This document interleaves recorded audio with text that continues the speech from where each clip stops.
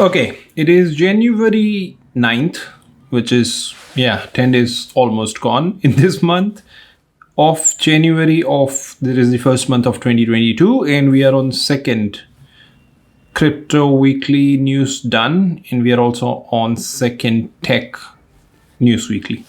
So yes, second tech news weekly of 2022. Let's get started. A lot of news. I mean, CES just finished, so we have a lot to cover, but I cannot even try to cover everything. I just said that in my last video yesterday that I cannot. I mean, it's just too much, and you are better off to look at other videos of YouTubers who have covered CES in detail, or if they've made a kind of, they've tried to cover as much as possible from CES, interesting stuffs. And also there could be a lot of websites, tech websites, which have covered CES. So check them out, give them views, give them, your attention. And I will try and cover the most important ones, which are, according to me, really important and, big ones. So let's start with CES 2022. I have written as 2021. Yeah, I'm still not. So CES 2022 just finished. And of course, there is a lot of videos, which I said, which have covered it. But the major products that interested me are S21FE. Of course, that is true, right? S21FE in 22. So S21FE finally got released after all the leaks, videos, all the specs, everything was leaked. We had a leaked hands-on video, so nothing was surprise. But the only thing is, we don't know what version is India getting. There is already a pre-booking available for S21FE. We are not sure of the specs, so we don't know if India has the Snapdragon version, Snapdragon 888, or Exynos, which is the most likely. So Exynos 2200, which might just not work in its favor. I mean, everyone who has reviewed the phone has said it is bad timing. S22 is just around the corner. S21 series launched last year is available at almost the same price or even cheaper. Why would someone get S21FE? Correct. Very true. It's just bad timing. It's not a bad phone. It's just bad timing. I guess there'll be a lot of discounts very soon, like as early as next month when S22 comes out. So anyone who's looking for a good phone with decent specs at a discount should consider it. But of course, wait for it to get on discounts. I am sure it will not be too long. It will be like early next month. You will get already discounts on it. So yes, S21FE came along just because S20FE sold 10 million around the world, and that is a big number. And I think a lot of people got it in India as well because it was Snapdragon version. So if you get the Exynos version in India, I don't think it will be anywhere close to what the sales saw in India. So yeah, but that's the big news. I think it was one of the big news from CES 2022. Also, Sony launched a separate company, Sony Mobility, and they are making sure that they want their Vision S concept cars, real cars. So I don't know when, or as soon as, when will be the soonest time possible that we'll see cars from Sony. But it seems like every telecom company, Huawei, Sony, Xiaomi, everyone's making smart cars now. Everyone wants to make electric cars, and yeah, Sony is not leaving itself behind. So we'll have more Sony cars as well. Yeah, that would be weird, Sony cars, but yeah. Okay, Intel's 12th gen CPUs launched, of course, and they are tipping them we are now matching Apple's M1 chips in performance. They did not say anything about the battery life, but at least if they're saying performance match, will be a big deal. We'll have to wait and watch. We have a lot of laptops launched by a lot of different companies with Intel 12 gen chips. They announced, and they would be available soon. So we'll know soon once we have hands-on reviews of those laptops. Qualcomm made massive inroads in the auto industry. They have special chips. They have a lot of announcements. So check out Qualcomm's CES announcements. They have already signed up some auto companies. So they will be a big player in the auto industry in all the EV and smart cars, all that stuff. So yeah, Qualcomm did big.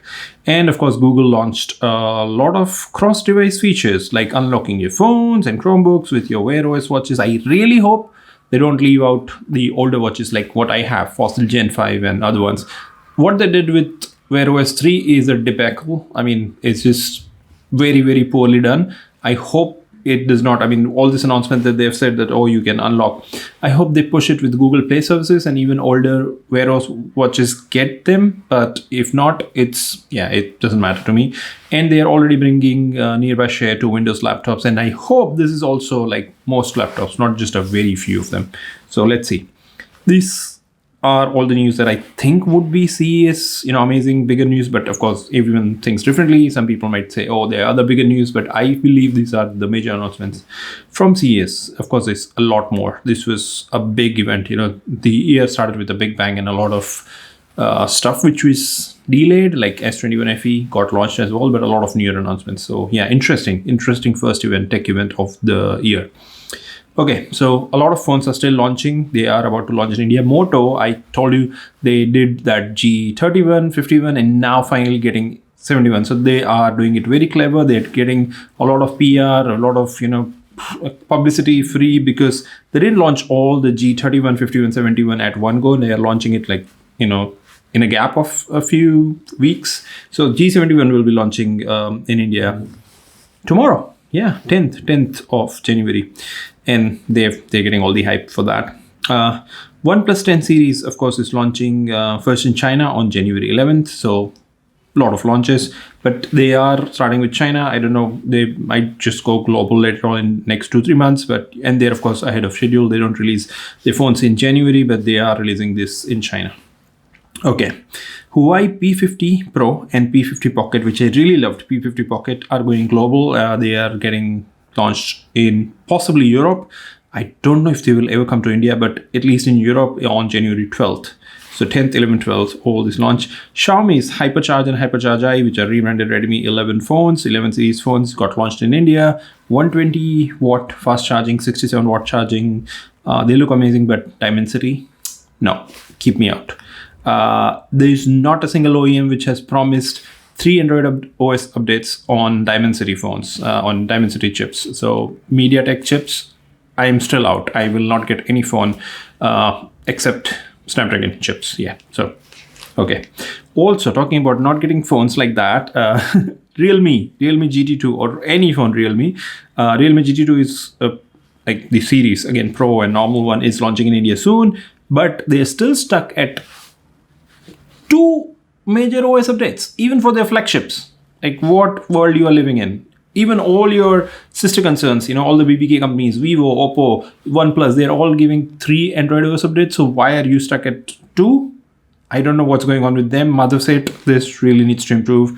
Nobody should get Realme phones at all. I mean, 2 OS updates when everyone is shifting to 3, like it's becoming an industry standard, a norm. You guys are idiots, absolute idiots. This is idiocy. Realme, I will never get a phone. I'll never even propose anyone or just recommend anyone a Realme phone ever. So yeah, this is idiotic. Also, Xiaomi is launching the 11T Pro in India, and I don't know how well they will sell it because their expensive phones don't sell in India. But yeah, and they are also launching the Redmi 11 series in India. So maybe, hopefully, they launch it with Snapdragon processors. So because they've already launched the Hypercharge with Dimensity processors. So I hope the 11 series gets Snapdragon processors in India. IQOO 9 series is launching soon in India.